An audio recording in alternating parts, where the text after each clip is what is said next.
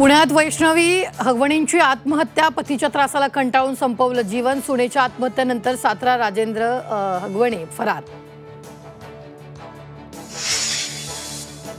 Bogus बियाण्यांचा प्रकार रोखणार, कंपन्यांनी लिंकिंगची सक्ती केल्यास कारवाई। मुख्यमंत्र्यांचं आश्वासन, बियाण्यांचा मुबलक साठा असल्याची ग्वाही। महाविस्तार एआय ॲपचं मुख्यमंत्र्यांच्या हस्ते उद्घाटन। राज्य सरकारचं शेतकऱ्यांसाठी अधिकृत ॲप, शेती विषयक सल्ला, दर, खतं आदींबाबत शेतकऱ्यांना मार्गदर्शन।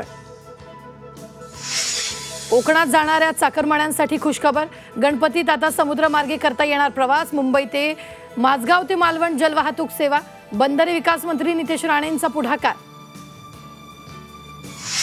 गद्दार यूट्यूबर ज्योती मल्होत्राचं पाकिस्तान प्रेम समोर, ज्योतीला पाकिस्तानी व्यक्तीशी करायचं होतं लग्न, आयएसआय अधिकाऱ्याला लग्नासाठी मदत करण्याची विनंती।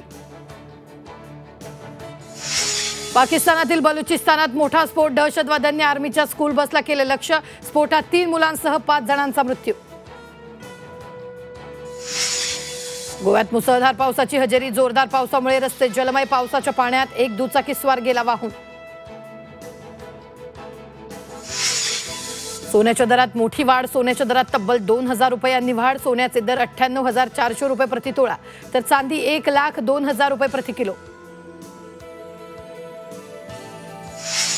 नवी मुंबईत 1,10,00,000 रुपयांची आर्थिक फसवणूक, शेअर मार्केटमध्ये अधिकचा नफा मिळवून देण्याची आमिष, खारघरमधील चिंतन पंचोली याची फसवणूक।